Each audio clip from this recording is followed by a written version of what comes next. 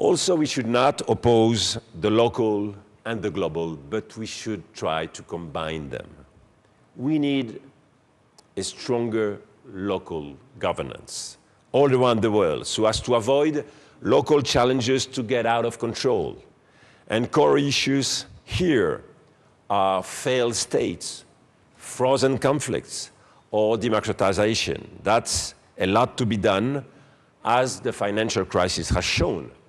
The G20 need to enhance financial regulation and monetary coordination. Climate change has to be tackled by a lasting agreement, including dialogue between North and South about development issues. We need a better global governance so as to develop cooperation in a world of conflict and so as to develop common solutions to common problems like terrorism, climate change, or poverty. Every country needs to be helped today on its own way towards democracy. The Arab awakening is a huge opportunity to seize, and Europe, to this regard, is very silent.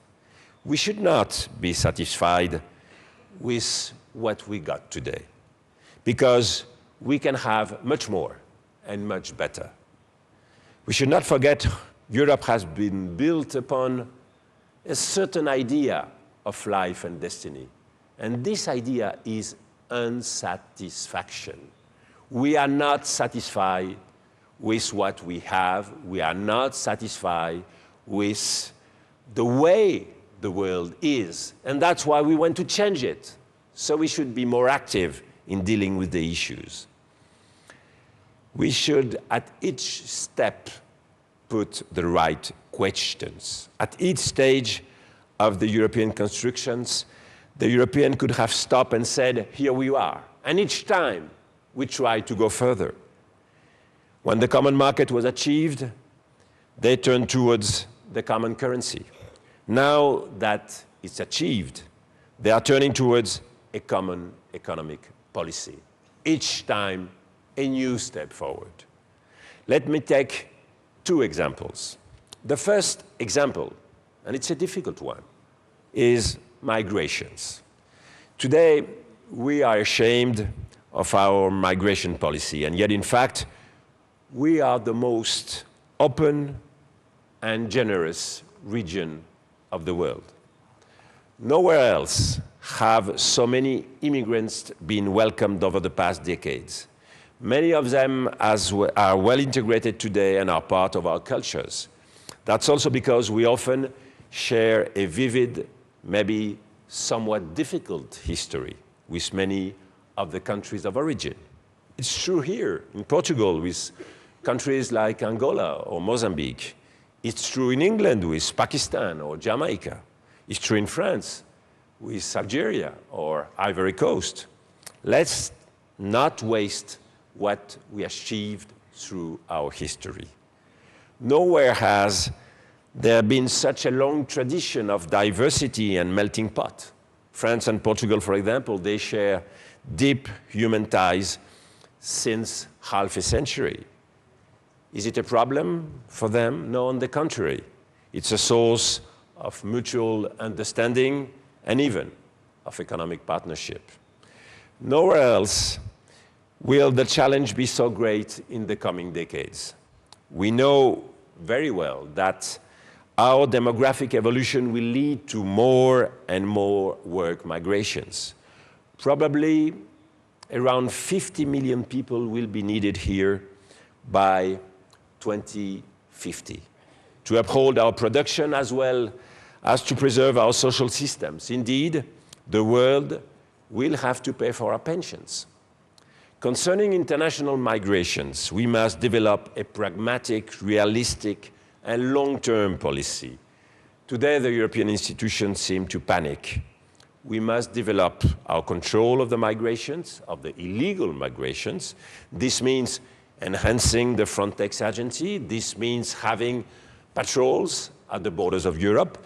But we need also a more thorough dialogue with the countries of origin and the countries of transit to find a common goal, a common interest between our countries and the Maghreb or black African countries.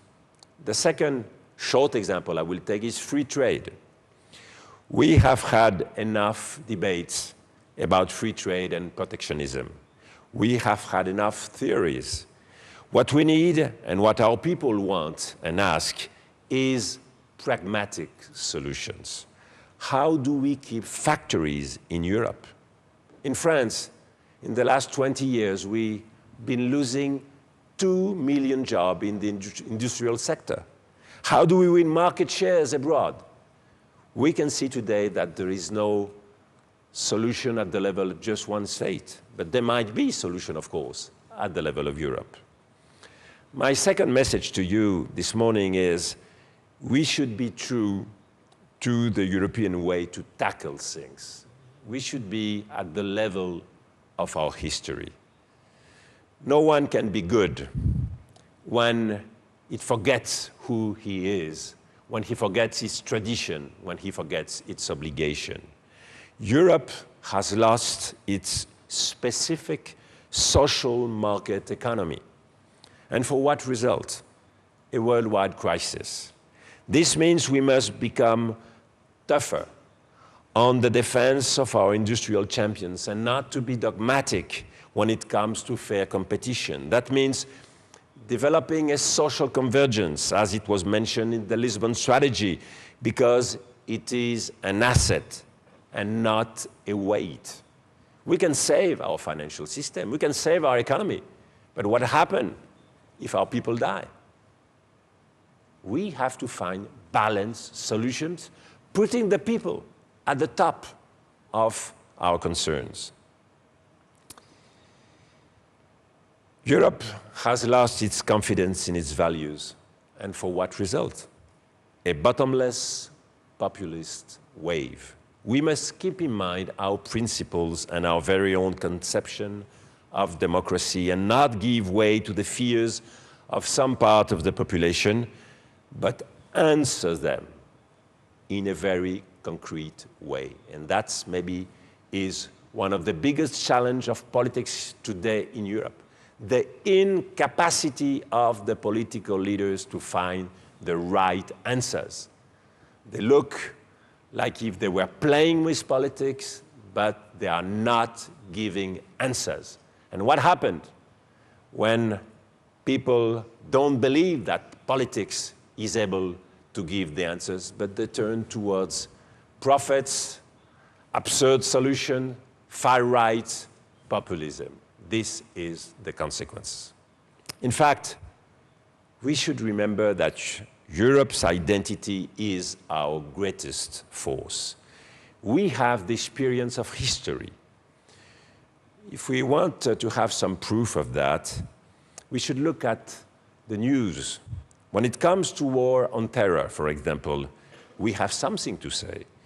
We know what it is to tackle a complex political and historical situation leading to terrorist attacks, simply because we experienced that in our flesh more than any other continent, with the nationalist terrorist movement in Ireland or in Spain, with leftist movements in Germany, Italy or France, with Islamic fundamentalist movements linked to the Algerian civil war in France in 1995 and 1996.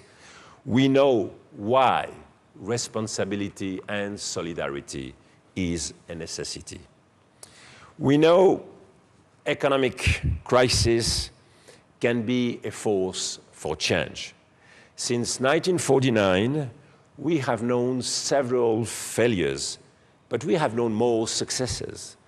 The European Community of Defense in 1954, the difficulties of integration in the 1960s when General de Gaulle upheld the vision of Europe as a simple free trade zone, the 1970s with the European monetary snake and competitive devaluation have led to some failures indeed. But the best works have needed many sketches and trials. That's true in the arts. That's also true in the industry. Studies show, for example, that most of the founders of major fast-growing companies have experienced at least one failure before. So why should there not be a right to a second chance for Europe too, which is a common idea in a country like the United States? We have also the experience of diversity. We have to accept that diversity is a strength for Europeans. Europe will never look like America. Diversity is not only in our cultures, it's in the genes of European construction. Integration is not getting many to become one. It's linking different parts together. It's protecting their specificity from the attempts of uniformization. We have also the experience of compromise. We know how to find a balance. No one will ever dictate solutions to Europe. Our experiences of absolute answers in the 20th century are too cruel and difficult to accept any such thing. We want respect for the different points of view and the search for a common ground. We want the ability to find new compromises. Today, to be true to ourselves, we need, of course, a new spirit. And the first element of this spirit is, for me, refoundation, half a century after the founding fathers of Europe. Do we want to do something together? In fact, that's the only question in our way.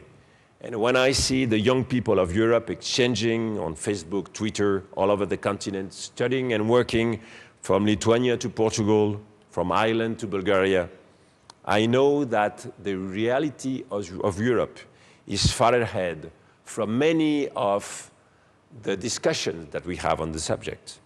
Europe already exists in our minds. How can we achieve more? By counting on the people and on concrete actions. Yes, there is a crisis of legitimacy of Europe. Yes, there is a crisis of identity of Europe. Yes, there is a crisis of efficiency of Europe. But we can do a lot about it. Build common political discussion grounds all over Europe, using the new tool of the Europe-wide referendum, using the potential strengths of the European Parliament. We need also to find a new spirit of the citizen, a new responsibility for each European citizen, because that's the heart of our message. The citizen finds his source in three principles. The first one is solidarity. History has taught us that we were more together than alone, and that the rule of the strongest does not apply anymore when the weak are facing the challenge together. Perhaps that's something we forgot in the crisis of sovereign debts. Weakening any one of us is weakening the whole of us. The second principle is responsibility. The citizen stands for responsibility in our common political philosophy. That's a principle for all our organizations and institutions to adopt. We need full accountability because it's a condition for the mutual respect of citizens. It's a condition for public confidence. Last of all, the citizen is a symbol of commitment. What he won't do, no one will do it for him. That's the great message of all revolutions. Do it yourself. That's how the citizens of Eastern European countries, and particularly of Eastern Germany, were able to seize their destiny 20 years ago. They did not need any weapon, any tank to overcome the armies of the Warsaw Pact.